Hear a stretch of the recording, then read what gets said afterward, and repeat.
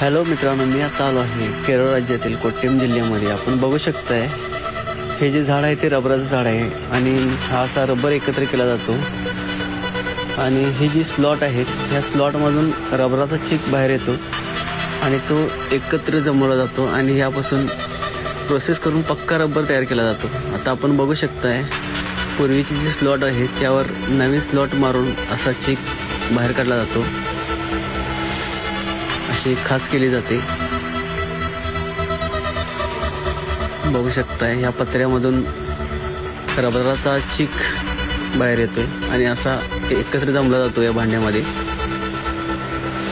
आपण बघू शकताय एक रेन फॉरेस्ट आहे केरळमधील. हजारो एकरामध्ये असं रबराची झाडं लावली गेलेली आहेत आणि यातून हजारो लाखो रुपयांचे उत्पादन काढलं जात आहे. आता बघू शकताय पाऊस मोठ्या प्रमाणामध्ये पडत आहे.